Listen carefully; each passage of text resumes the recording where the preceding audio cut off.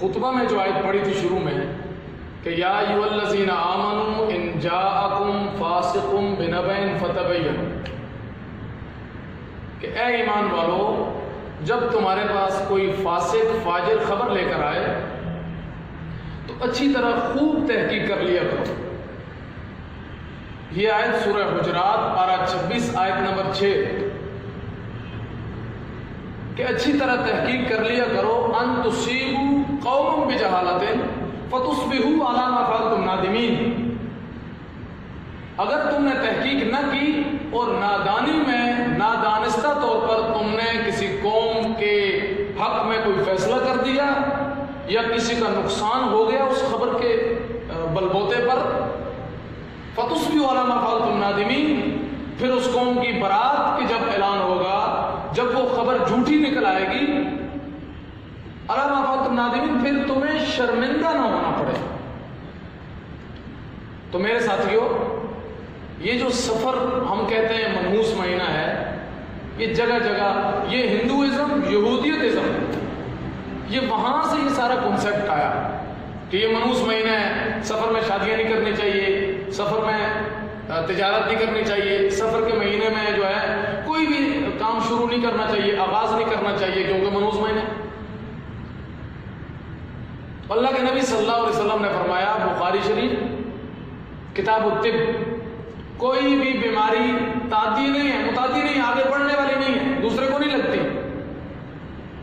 پھر فرمایا ولا طیرہ ولا حامہ ولا سفر، یعنی کہ یہ بدشگونیاں، یہ بدگمانیاں، یہ سب اہل نجوم کیا کرتے تھے، یہ اس شریعت میں حرام ہے۔ اللہ کے نبی صلی اللہ علیہ وسلم نے ایسی ساری توہمات کو اپنے پاؤں تلے روندا ہے، جہالت کی ساری قدروں کو روندا ہے۔ میرے آقا صلی اللہ علیہ وسلم کی پاکیزہ شریعت۔ تو میں نے جو آیت پڑھی، اس آیت کے تحت علماء نے 4 باتیں لکھی ہیں۔ نمبر 1، فاسق سے خبر نہیں لینی۔ اگر فاسق کوئی خبر آ کے فاسق فاجر دے تو فتبینوا، خوب تحقیق کرنی۔ تو پہلی بات یہ کہ فاسق سے ہم نے خبر نہیں لینی، عادل بندے سے خبر لینی ہے، بات سننی ہے، عمل کرنا ہے، توجہ دینی ہے۔ نمبر 2، اگر آپ فیصلہ کر رہے ہیں تو دونوں فریقوں کی بات سننی پڑے گی، ایک فریق کی بات سن کے فیصلہ نہ کریں۔ تیسری بات علماء و مفسرین نے یہ لکھی ہے اس آیت کے تحت کہ چغل خور اور غیبت کرنے والے کی طرف توجہ نہیں دیں۔ ہمارے بزرگ ہیں، آپ میں سے اکثر حضرات جانتے ہیں، حضرت مولانا قاری منصور احمد صاحب، حضرت کا میں نے بارہا تجربہ کیا ہے، ان کی محفل میں اگر کوئی غیبت کر رہا ہو تو فوراً ٹوک دیتے ہیں۔ کسی کی خامی بیان ہو رہی ہو تو کہتے ہیں خامی چھوڑو بھائی، خوبی بیان کرو، کیوں اپنی نیکیاں ادھر چلا رہے ہو اور ادھر سے گناہ اپنی طرف سمیٹ رہے ہو۔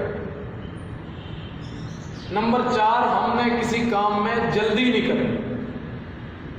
سورہ حجرات پارہ 26 آیت نمبر 6 کے تحت ہم نے آج کے اس خطبے میں یا آج کی اس محفل میں ہم یہ 4 باتیں ہم نے سیکھنی ہیں۔ نمبر 1، ہم نے فاسق کی خبر نہیں لینی، عادل سے لیں گے۔